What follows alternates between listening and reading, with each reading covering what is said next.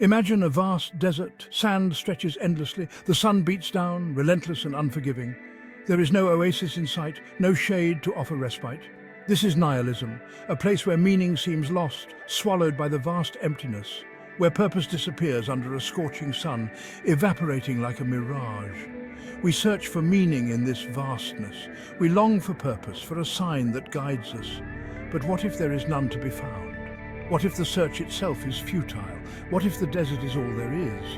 An endless expanse with no destination. Nihilism dares us to confront this unsettling possibility, to face the void without flinching. Nihilism is not about giving up, it is about enduring the harsh reality.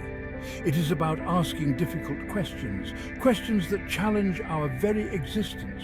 It is about staring into the void and seeing what stares back, confronting our deepest fears. It is about the freedom and terror of finding our own way, of creating our own meaning in a world that offers none. In this desert of meaning, we are the explorers, the pioneers of our own purpose. And in this journey we may discover that the search itself is what gives life its meaning. Existential nihilism tells us something simple yet profound. Life has no inherent meaning. It's a stark realization that can leave us feeling adrift, like a ship lost at sea. No grand plan, no predetermined purpose. We wander through life searching for something that may not exist. Albert Camus, a French philosopher, knew this well.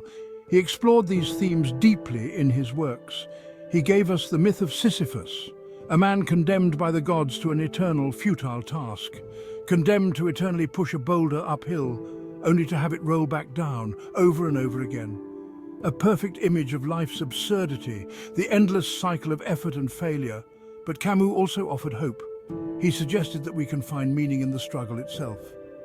We can find joy in the struggle, in the act of pushing, in the effort we put forth, in the act of pushing.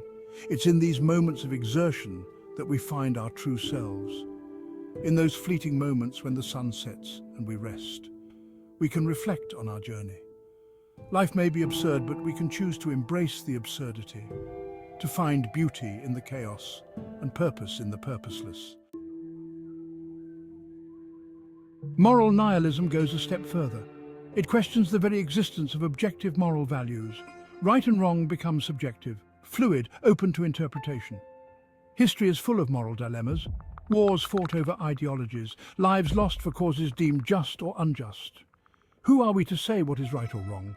Yet even in this moral ambiguity we see glimmers of hope, acts of kindness, empathy for our fellow humans, proof that even without absolute moral codes, we are capable of compassion. Epistemological nihilism questions our ability to know anything with certainty.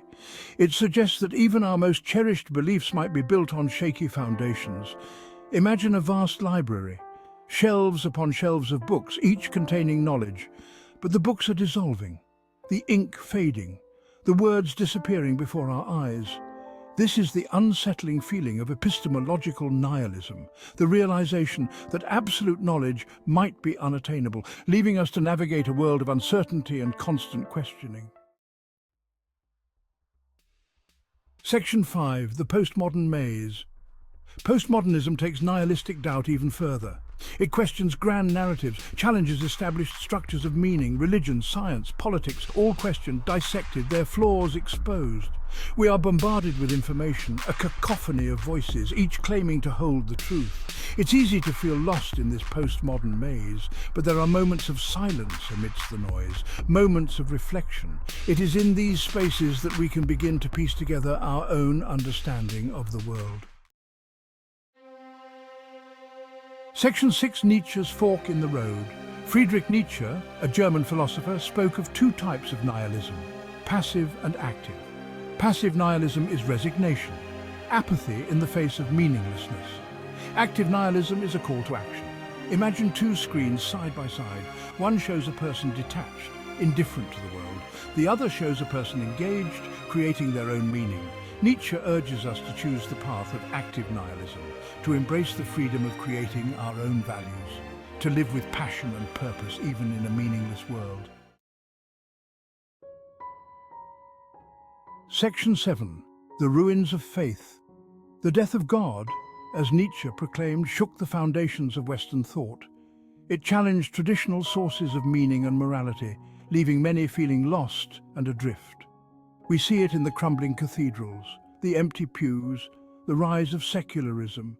The old ways of finding meaning are fading, but from these ruins new forms of spirituality emerge, personal quests for meaning, connections built on empathy and compassion. We are witnessing a reimagining of faith for a world without easy answers. Section 8. The Political Paradox. Nihilism presents a paradox for political engagement. On one hand, it can lead to apathy, a sense that nothing matters, so why bother? We see this in disillusionment with political systems, the feeling that our voices don't matter, that change is impossible. Yet nihilism can also be a catalyst for radical change. If nothing matters, then everything is up for grabs. Rules can be rewritten, power structures challenged, hope found in collective action. Section 9. Art's Rebellion and Rebirth. Nihilism has been a driving force in art.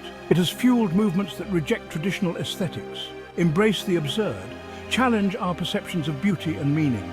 From Dadaism's nonsensical expressions to abstract expressionism's emotional outpourings, art reflects the nihilistic spirit.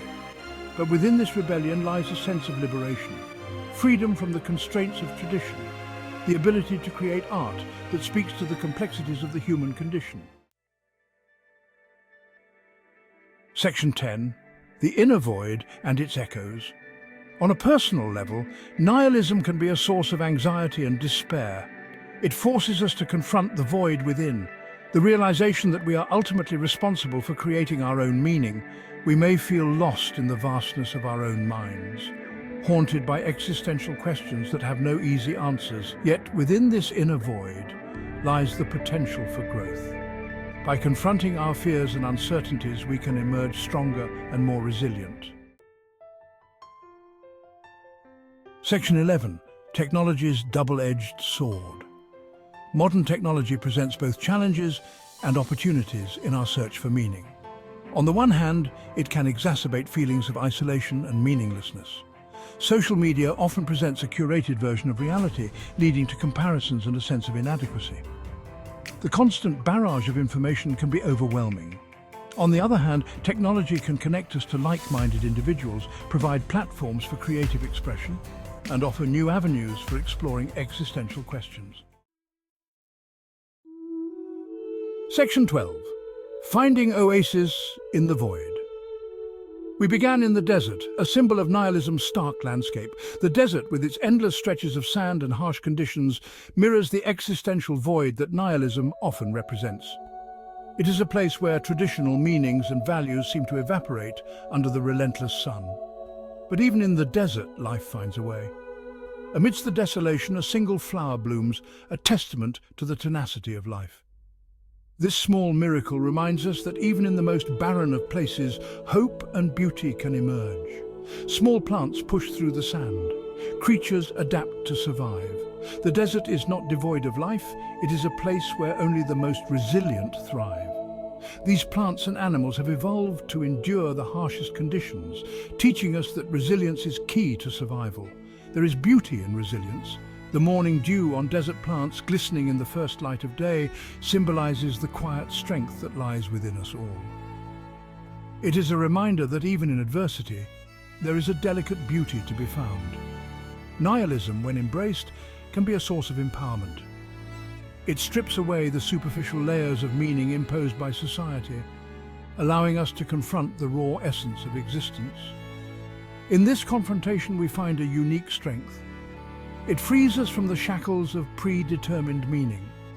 By rejecting the notion that life must adhere to a preordained script, we liberate ourselves to explore new possibilities and forge our own paths.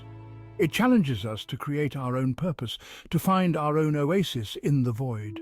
The artist painting in the desert, the person meditating amidst the dunes, both are engaged in acts of creation and contemplation, finding meaning in their own unique ways. The journey may be daunting, the questions unsettling, but it is in the questioning that we discover who we are. Each step taken in the vast desert is a step towards self-discovery. Each moment of doubt an opportunity for growth. It is in the searching that we find our own unique meaning in a seemingly meaningless world. As the sun sets over the desert, casting a warm glow over the sands, we are reminded that every end is a new beginning. And every search, no matter how arduous, brings us closer to our own personal oasis.